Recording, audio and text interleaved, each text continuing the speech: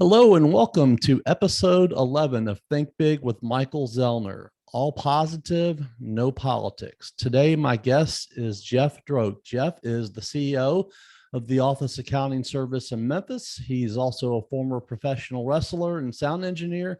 And the main reason why I had Jeff come on the show today is that back in 2003, he was shot 8 times in the chest, neck, and twice in the head, including one bullet that hit his carotid artery.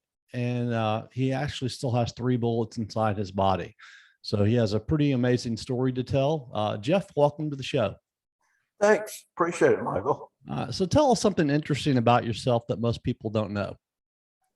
Uh, I grew up in racing and I stayed in it as a kid up until 2015.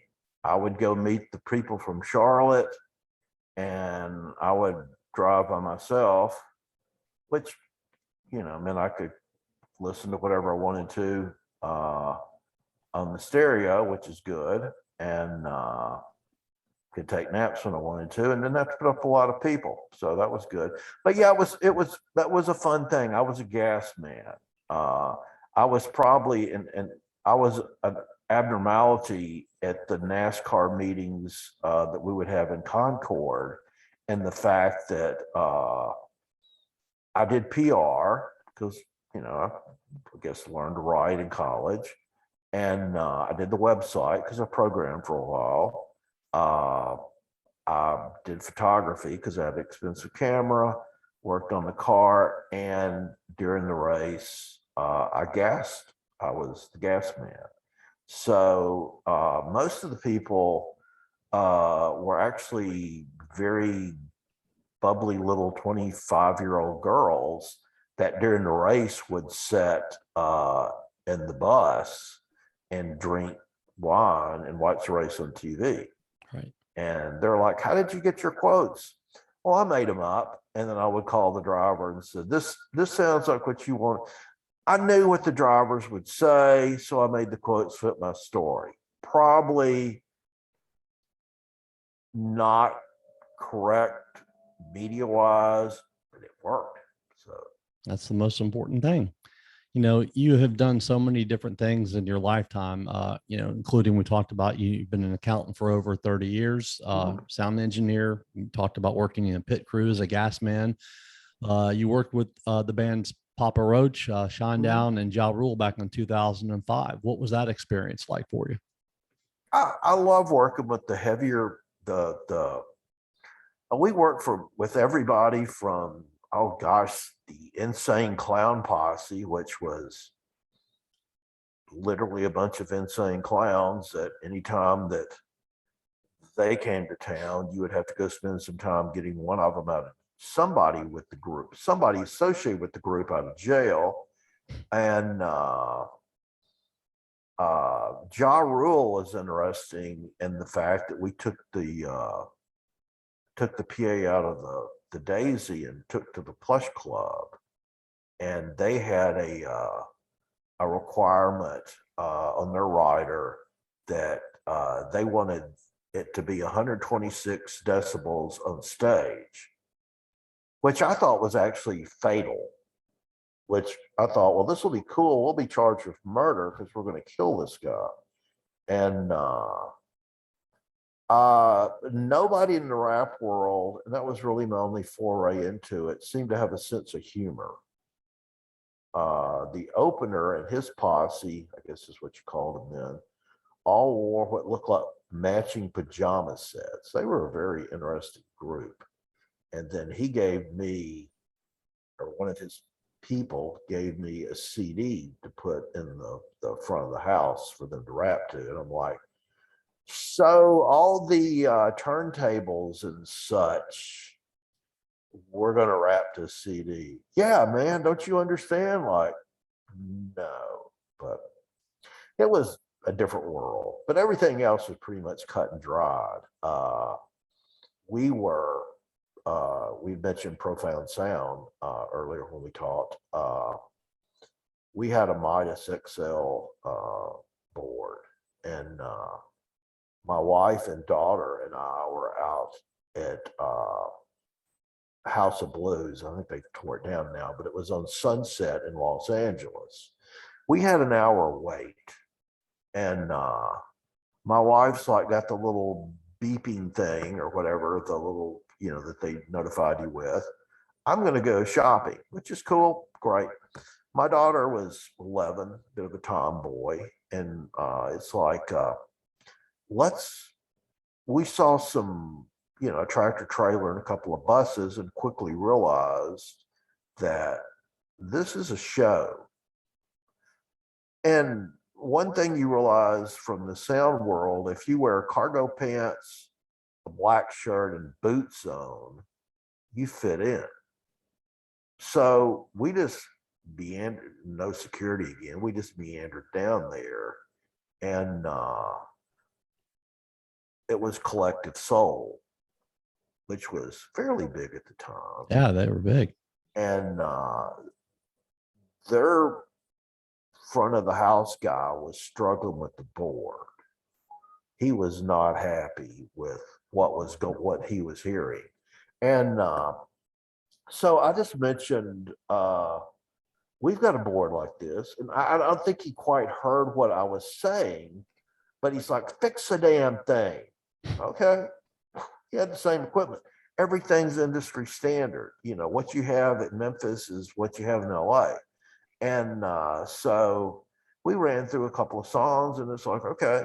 And he's like, and so we finished sound check, and he's like, well, what time are you going to be back? I said, huh? I'm not coming back. What do you mean? I said, I don't work here. I'm from Memphis. He was very surprised that no one was there to help them, and very surprised that I was not coming back. And but anyway, it's some of the wacky stuff that happens with that. So Right. And shout out to Will Floyd with Profound Sound. exactly, Nice, yeah, good old really, Will. He's the yeah, one. real nice guy. Back when I had my live music bar, he was really nice to me. Yeah. Sid Vicious is a very famous former professional Mhm. wrestler and a WWF champion, and he actually was discovered at a gym in Memphis by Randy Macho Man Savage, who he noticed how big Sid was. He noticed his size, and he thought it could lead to a really successful wrestling career. He trained you to become a wrestler. Tell us a little bit about that experience with Sid Vicious. Well, I'd grown up, as most kids in Memphis, where Saturdays nothing happened from 11 to 12:30. Yeah. You had to watch wrestling. In fact, I ran into Jerry Lawler yesterday at Huey's and talked to him for about 30 minutes. He had worked for my dad for a while before wrestling. And so I just never got a chance to get in. I did get into powerlifting, which is like a sport where you basically, I don't know, it's like Russian roulette, where it's like, let's go squat 675 pounds and see if you end up at Campbell's Clinic or not. Which, you got really cool plastic trophies, which, Right. which are all up in the attic somewhere, or either my wife may have thrown them away. But I had just got out of powerlifting. So I was maybe about 250 or 260, kind of a little pudgy boy, but I was pretty big. And Sid had a deal where he was going to be, I think, the heel. WCW had brought in a rapper / clothing designer named Master P in the No Limit Army or Soldiers or something like that. And Sid's, I guess, anti No Limit deal was, I guess, we were for limits. And he put together a group, or was going to put together a group he called the Pride of Brotherhood. We had cute little T-shirts and little whatever attire. And he got a couple of bodybuilders and a couple of powerlifters because his his point at that, you know, juncture was the people in Memphis wrestling that, and at the time Memphis wrestling was the WWF school, the people that weren't WWF signees were not big enough to really make any impression. He said, I need bodyguards. Not really sure why somebody his size needs a bodyguard, but whatever. And so, you know, he came up and asked me one day if I wanted to get in professional wrestling. And of course, there was no like decision. Well, let me think this over. It's like, when do we start? Right. And so yeah, wrestling was great. I mean, it. I did learn. We didn't last very long on Channel 5 because a little bit more. You know, Sid took wrestling serious, and I think a lot of his opponents were complaining that he may have took it too serious. And we went over there to Channel 30, which had a show called KAW, and which was kick-ass wrestling. And it was great. I loved it. It was just wide open, just chaos. I did realize from looking at TV that, you know, we filmed everything and watched it to see what we did. And I don't think TV added, I think the saying is 30 pounds. I think it added 100 pounds to me. And I thought, wonder who's that big fat guy up there? And I thought, well, that's me. So it encouraged me, you know, Sid would come in at, I don't know, 9 or 10 in the morning. We all worked out at the, including the Channel 5 guys. It was Gold's Gym over there at Poplar and Perkins. And we would go over there, and Sid had already came in like at 5 in the morning and ran and then went and ate. And then he would come back, and we would get on the bike and ride for 45 minutes. And then he would work out. Then he would go run the stairs at the Liberty Bowl.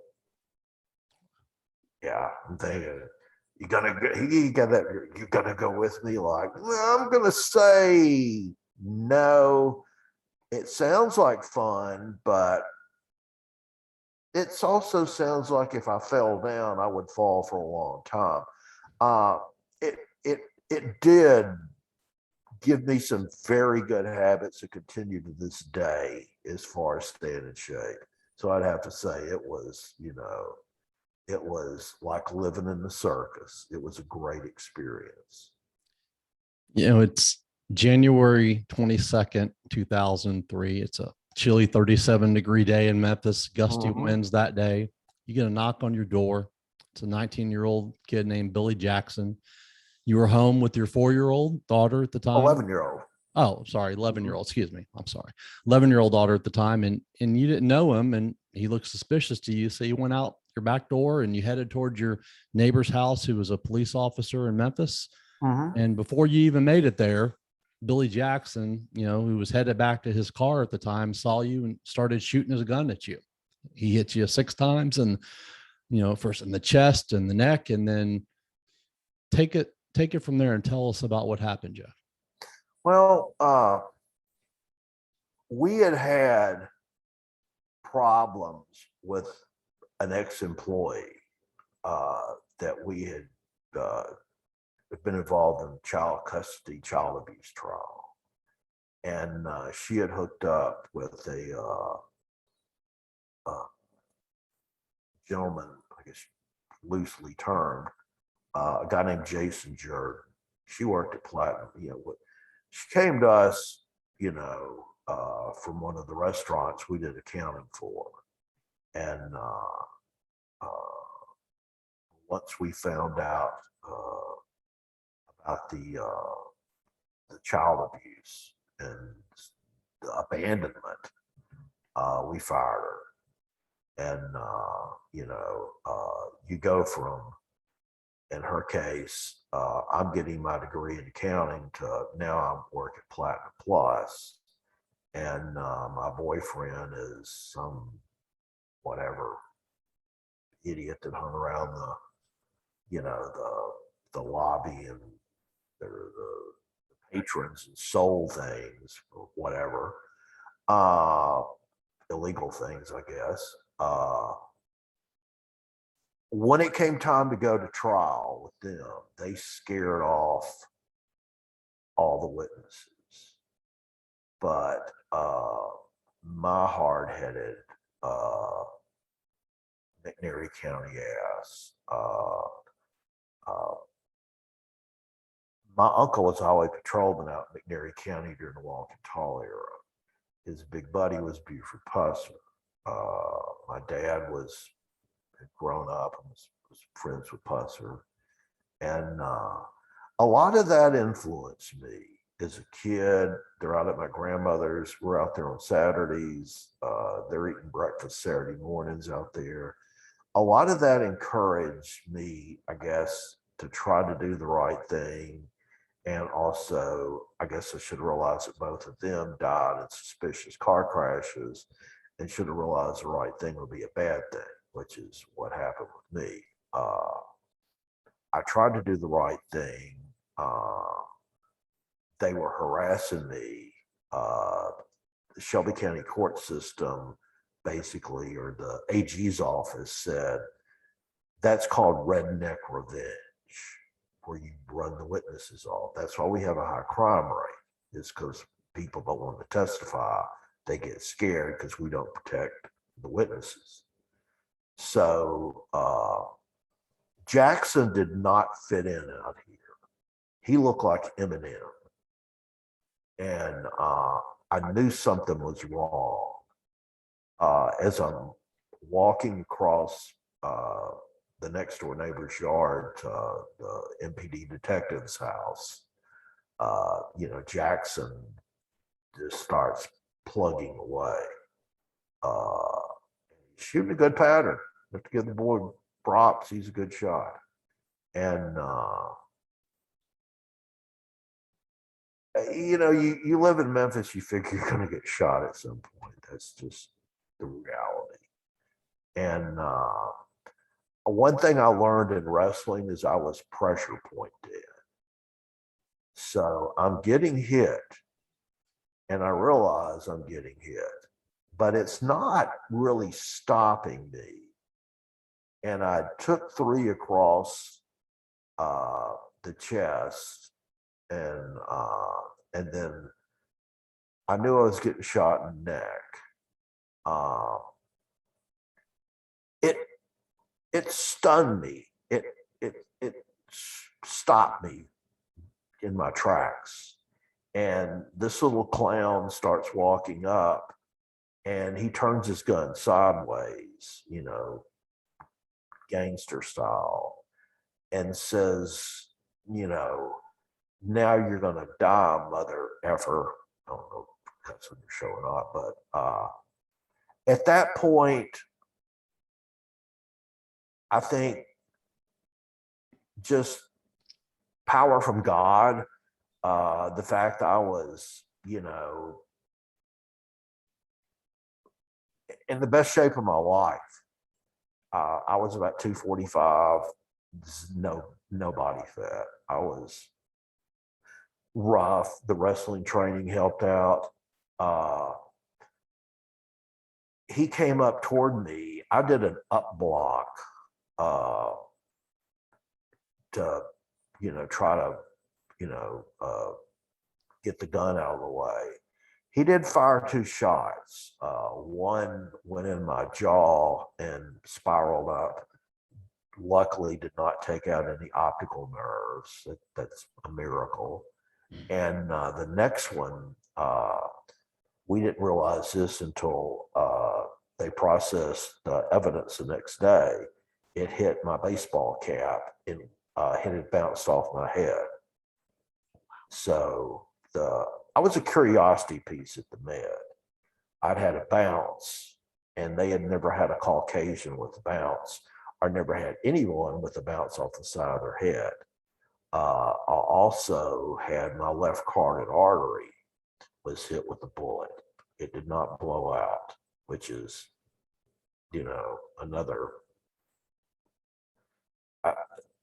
What the vascular surgeon's name was Dr. Ming Vang, and he came down, and was after they got me stabilized.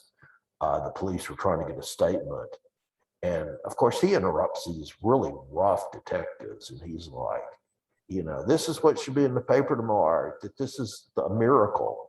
He said, this is the fourth miracle that can only be based to a higher power that I've seen. But for whatever reason, the press is hesitant to talk about this stuff. Right. And of course, my story was the lady that the yard I was shot, she was a nurse. She called the people that lived on the other side of us. He was a physician, and his wife was an occupational therapy teacher. At UT, they're both sitting there working with me. I'm standing up at the time. I went over there and knocked on Tony's door. Billy Jackson had fired 15 shots at me.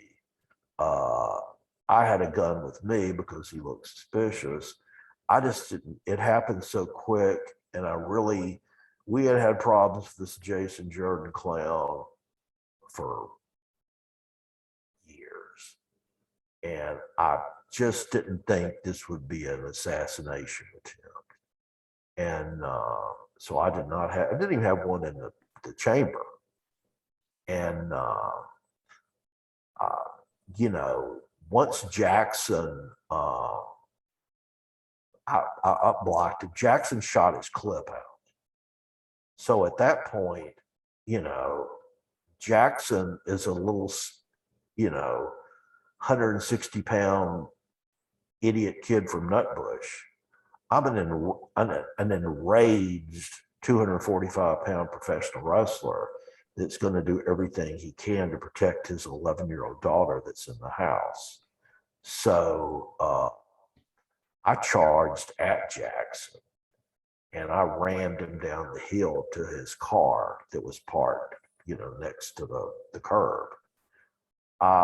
If I'd understood that this was just a muscle and not an artery, I'd broke his neck, because I was holding this blood in with this hand and trying to break his neck with my right hand. And I'm slamming his head on the back of the trunk of his car, in an attempt to, I didn't have a lot of mercy for him. Right.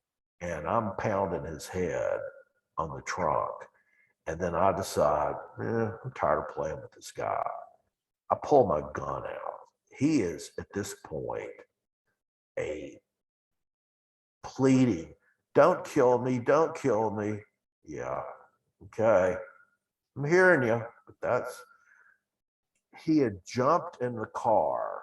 He was parked facing the wrong way, and had left the driver door open. I put one, which I thought would have taken the back of his head off, through the back window. I was using a bullet called a Hydra Shock, which is designed basically to stop people, not, it's not ball. I don't know how familiar you are with ammunition, but it's, they recovered it in the floorboard of his car, in the back seat. I saw him duck down, and I couldn't see him after that, so I shot the car to pieces. Another 14 just shot across the back of the car. And he there to first assembly with his, badly damaged car, and he disposed of the gun in the children's play yard, which is a a wonderful place to leave a gun at. Jackson's car was in bad shape, and it went up there off Walnut Grove and wrecked. And when MPD recovered him, he had defecated on himself, urinated on himself, and was hyperventilating and crying.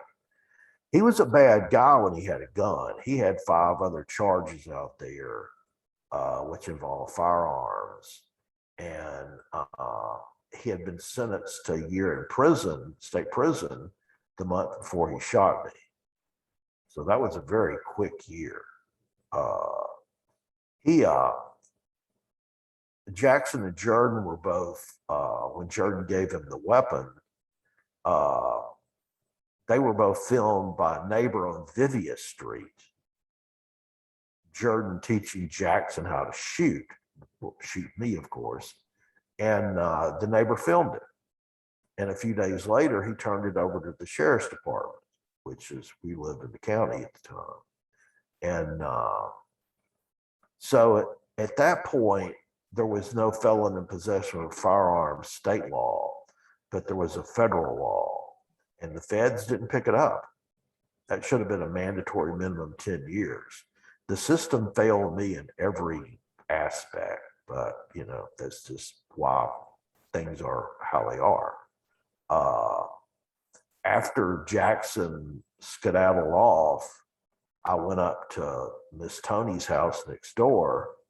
And of course, she had heard 30 gunshots outside. And I knocked on her door, a bloody mess. And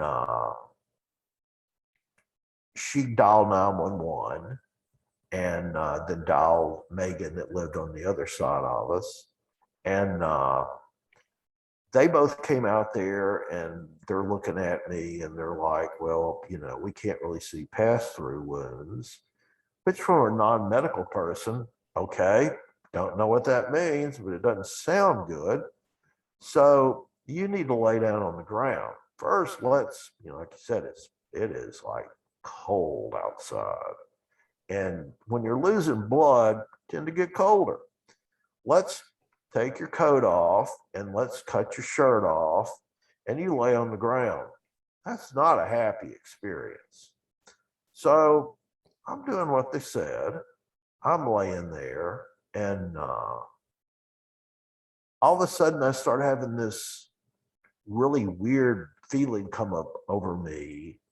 And I'm guessing with my unmedical background, I'm going into shock, which maybe this is a good thing.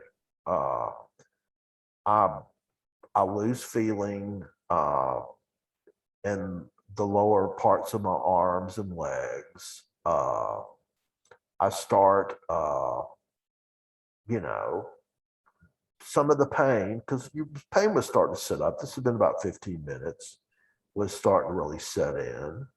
And then all of a sudden, I get this really weird, like fuzzy vision. I'm struggling to keep my eyes open. I'm kind of figure, I know I've lost a lot of blood. I know I've taken a lot of damage. This could very well be the end. And I thought this is bad.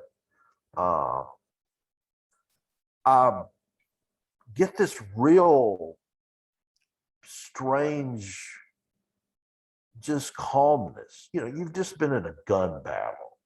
You've just wrestled for your life. Your adrenaline is off the charts. And then all of a sudden you're just basically at peace.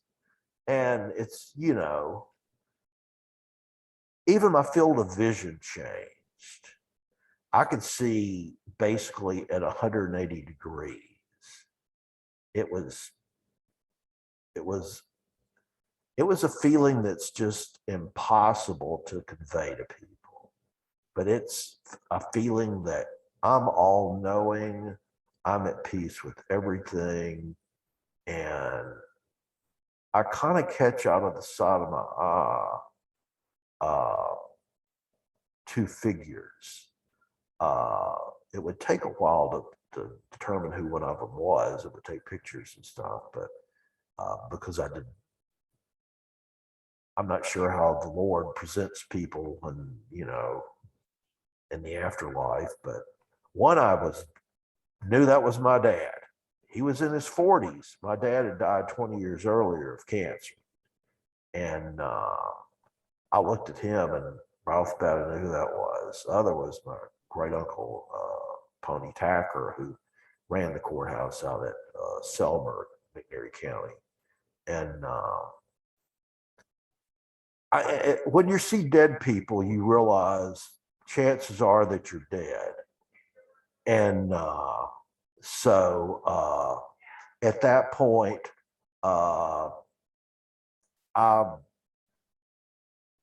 it took a second to set in. And so after about 5 seconds, I just started scream praying, "Dear Lord Jesus, I can't go. My 11-year-old's in the house. I can't leave her. I just can't go. I've got, this can't be happening." And I prayed. To me, I was yelling, praying. And when I later talked to Megan and Tony, they thought they had lost me, and that they couldn't, that they didn't hear any scream praying coming from me. And so at that point, after about 25 seconds of that, my prayer was answered. All the pain rushed back in. The blissful feeling, the all-knowing feeling, the change in vision all went away. My father, my great uncle, they went away. And I stood back up. And of course, Megan says, "You need to lay back down." And I told her, she still remembers this, if I lay back down, I'll die. I don't want to die again. I may not come back this time. And so I was standing up when the EMTs arrived on the scene. And I was, at that point, from, working out and everything, noticeably bigger than the normal person, more developed. And one of the EMTs asked me, she said, "Are you a wrestler or something?" And I said, "Well, yes, I am." She said, "Do you think another wrestler did this to you?" Which, I don't know if there's really any comedy in this, but it's like, I was almost thinking, she thinks wrestling's real. I don't really want to bust her bubble, but at the same time, do I really want an EMT that thinks wrestling's real? So anyway, I used to think it was real when I saw Jerry Lawler and Andy Kaufman at the Coliseum when I was a little kid, screaming, thinking it was real. So I understand that, later on when you find out it's entertainment, it takes a little bit away from it, but still, it was a lot of fun. I remember, when I was a kid, my dad would tell me, they probably ride with each other to the matches. And no, that would be insane. But then we rode with each other to the matches. I thought, well, yeah, he's right about that. But, getting hit in the head with a chair is real. There's no way you can fake that. Right.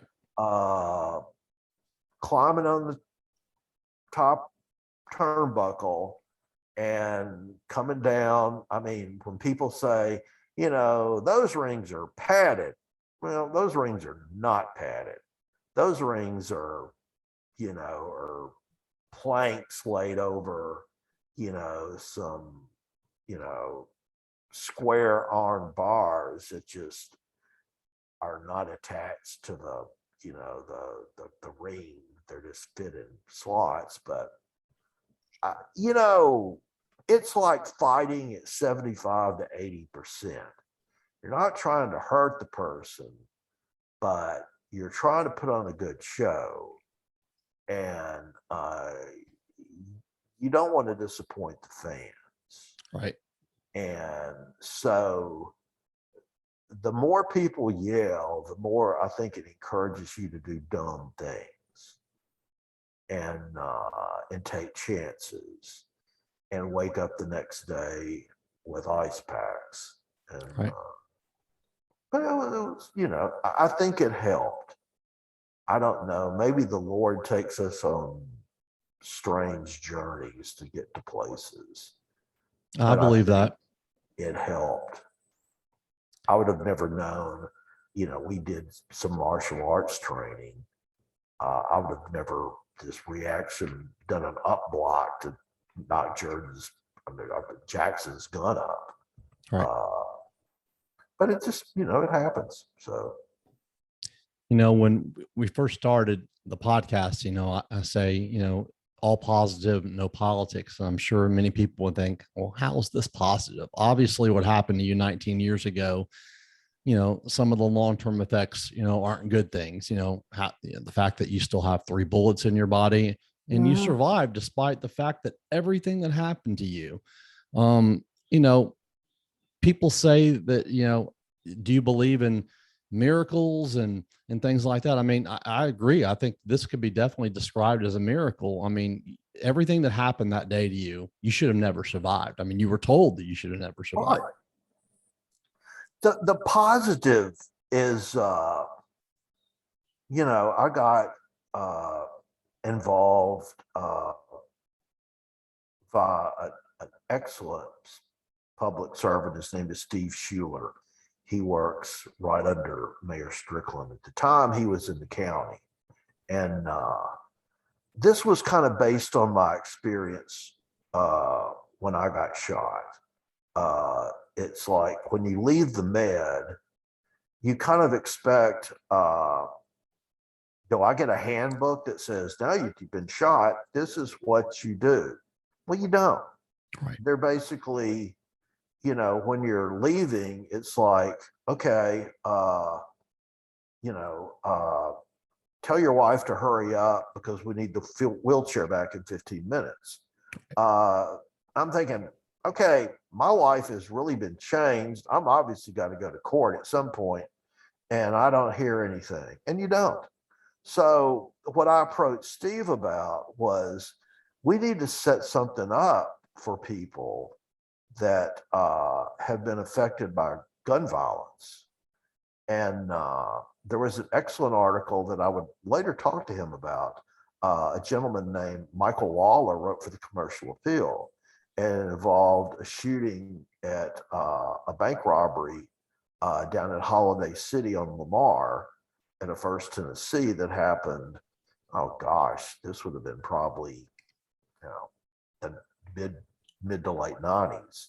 And he had gone back 10 years later and looked at the 13 people that survived, 11 of which were basically lost to society. They had retreated, they were gone. One person was fully functional, one was sort of functional. And I thought there's nothing that can be done that can help these people. So I got with a lady named Anna Wally that ran Shelby County Crime Services, and we set up a gunshot wound survivor group. And because there was really nothing. And I think only Milwaukee is the only major city that offered anything similar. So we set it up, and we realized that a lot of these people, not only are they saddled with, these unbelievably high bills from the med, they're also basically not functional. I don't want to live. I can't go on. I don't, it's just a number of problems. And one thing, and this is not at all how I knew it would turn out, but I think camaraderie is the way that we were able to solve some of these people's uh, psychological issues.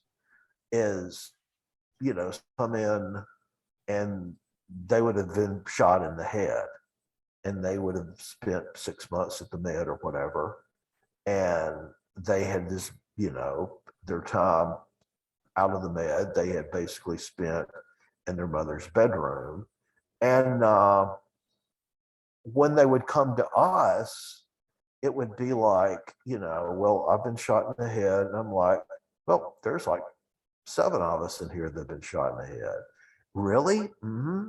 And we're all functional. And most of the people, well, you've had a little blip with COVID. We're going to try to start reassembling the folks. All have jobs and are functioning, and it's kind of a trial and error deal. But unless you've been through it, it's hard. I don't want to downplay, the role of therapist and whatever in the world. But unless you've gone through it, it's hard to actually know what to say. Right. And it's like in Rudolph the Red-Nosed Reindeer, annual Christmas movie. It's like the Island of Broken Toys. When you've been shot, you've either, a lot of these people have had their stomachs blown out, they've got colostomy bags, they've got severe head injuries, they're having problems speaking. But once they're around other people that they see that are functioning, then, they kind of like, well, gosh, oh, Jeff, he's been shot in the head and he's able to put a sentence together. So it just kind of worked out. I think if there's any positive to take away from this, is that it encouraged me to do that. Right. And that's something that needed to be done, especially with our, violence crazed city. Turning a negative into a positive is Exactly. difficult, but you did it. And it just shows, the character of who you are. It has to give you comfort knowing that you're helping a lot of people and be able to get those people together and be able to give them a chance to say, look, we've all gone through this. We do know what you're feeling. There is light at the end of the tunnel. You have to take that first step though, yourself. Oh yeah, you do. And it's very rewarding to see what some of these folks have been able to accomplish. I mean, just to look at people that had some very horrible wounds and see them contributing to their. We didn't help people that were gang people that were doing gang things, but sometimes gang members will, I don't know, get in some kind of tussle over a girl. Well, we would help them. Right. And anybody, whether they're the worst gang member God ever created or what, when they get to the trauma center at the med, Jesus is there waiting on them. There is no such thing as an atheist that comes out of trauma at, well, I'm calling it the med, region 1. And it's I think those people that have had some serious background flaws that we've been able to work with and are now like, the perfect dad or the perfect employee that at one time were some pretty bad people. I think that's been real rewarding. But I think I'll look at some of those people almost as some of my adopted children. And I'm very proud of them. That's awesome. You survived. You were able to watch your daughter grow up into a young woman. I would guess now she's somewhere around 30 years old in that area. And that has to be just an amazing feeling. I mean, you obviously are a fighter, man. And it's amazing. There's one thing, and we were talking about the will and, some of the groups that came to the New Daisy. For some strange reason, my story hasn't resonated as much in religious circles as it has with the non-believers. There was, you work with these groups, it's pretty much the same people, the same managers.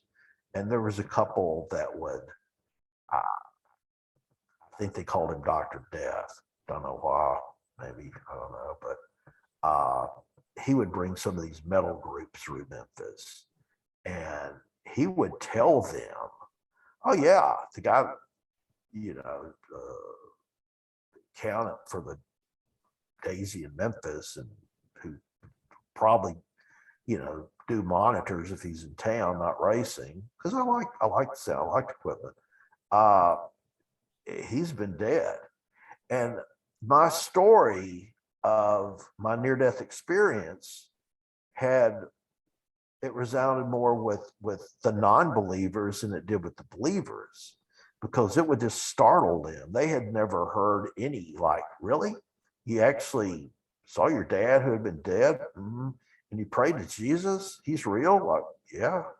I mean, he answered my prayer. And you could tell it had an effect on them. That's great. So, you, like you said, you have to turn a positive into a negative into a positive.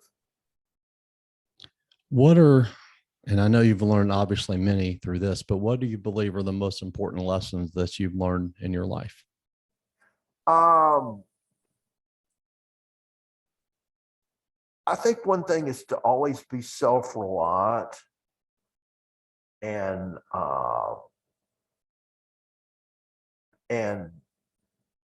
to try to follow the teachings of Jesus. Basically, be helpful rather than harmful. Try to help your fellow man as best you can. Don't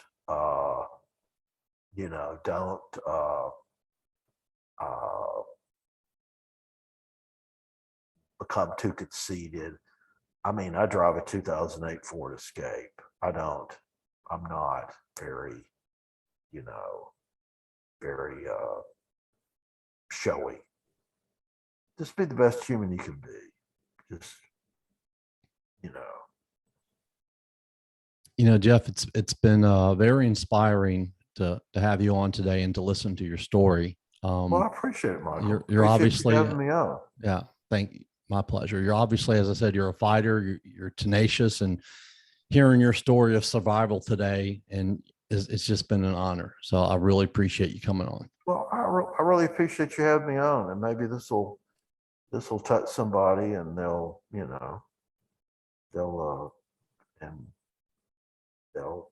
reach out to us somehow, and if there's anybody out there that's been shot, then maybe it'll provide an inspiration. What is the name of the group that you have? It's the Gunshot Wound. We've actually got a Facebook group set up, Gunshot Wound Survivors Memphis. Okay. So someone can go on that page and find you. And then I've got a website, jeffdroke.com. It's just stories, art we did for the Daisy, racing stuff. You can hit me. You can contact me on that. Awesome. Man, I appreciate you coming on today. Thank you again. Thank you, Michael. All right. Enjoy talking to you. Thank you.